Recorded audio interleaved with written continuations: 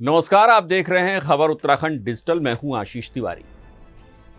23 मार्च को सूरत की कोर्ट से एक फैसला आता है और राहुल गांधी को 2 साल के लिए सजा दे दी जाती है। मामला मोदी सरनेम को लेकर की गई उनकी टिप्पणी है।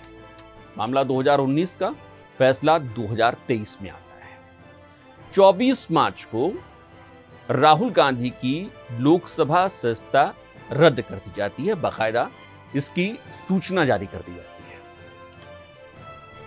पहली नजर में यह सब कुछ बेहद कानूनी प्रक्रिया के तहत लगता है भी ऐसा ही। इसमें कुछ भी ऐसा नहीं है जिस पर हम सवाल उठाएं। कानून है, कानून ने अपना काम किया, कोर्ट ने अपना फैसला दिया और इसके बाद कानून के तहत ही राहुल गांधी की सदस्यता को रद्द करने का फैसला संसद ने लिया। लेकिन बात सिर्फ इतनी भर नहीं है,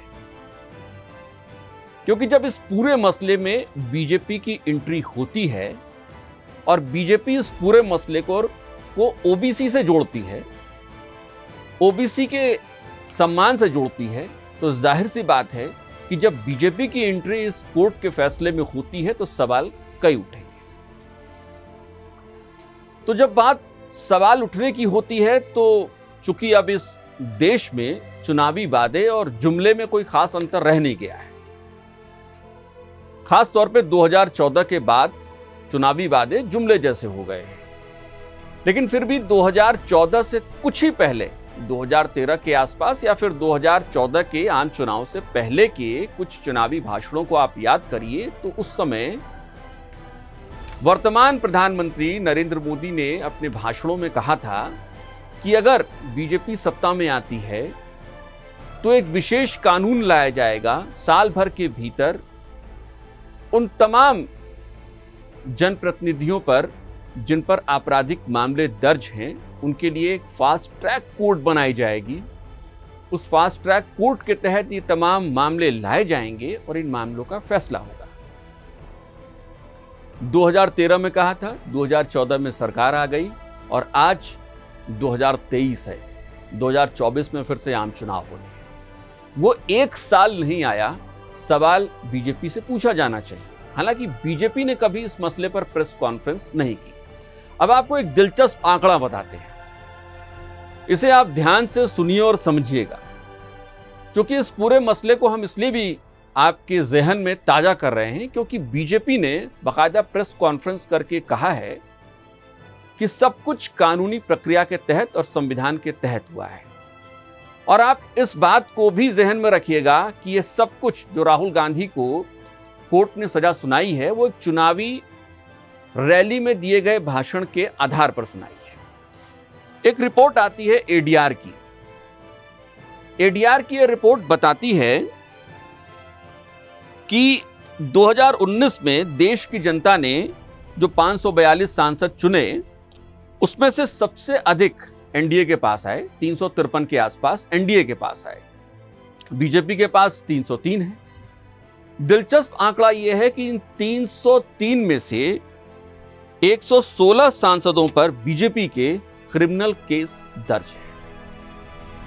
अब आप समझिए कि देश की संसद में जहां कानून बनाए जाते हैं, उसी संसद में देश की जो सबसे बड़ी पावरफुल ताकतवर पार्टी है, उसी के पास सबसे अधिक क्रिमिनल केस वाले सांसद हैं। जाहिर सी बात है कि बीजेपी इस पर प्रेस कॉन्फ्रेंस कभी नहीं करेगी। बीजेपी कभी यह नहीं बताएगी कि ऐसा क्यों है कि उसी के पास सबसे ज्यादा क्रिमिनल केस वाले सांसद हैं। लेकिन चूंकि राहुल गांधी जिस राजनीतिक परिवार से आते हैं, जाहिर सी बात है कि राहुल गांधी जिस परिवार से आते हैं उसने इस देश की राजनीति पर गहरा प्रभाव छोड़ा है। इस देश की राजनीति में वो बेहद ताकतवर परिवार रहा है और प्रभावशाली भी रहा है। लेकिन इन सारी बातों को आप छोड़ दीजिए। देश संविधान कानून से चलता है। संविधान और कानून ही तय करता है कि देश में क्या होगा, कब होगा। लेकिन एक बात और है, वो शायद इन सब से ऊपर है।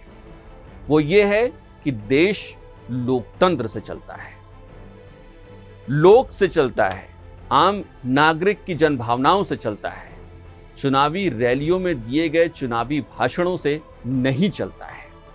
जनता तय करती है कि उसे किसे सिरमौर बनाना है और किसे नकारना है।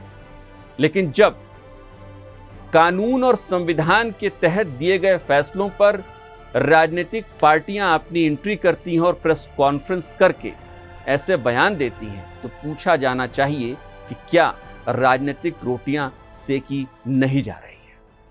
सवाल पूछना जरूरी है। नमस्कार।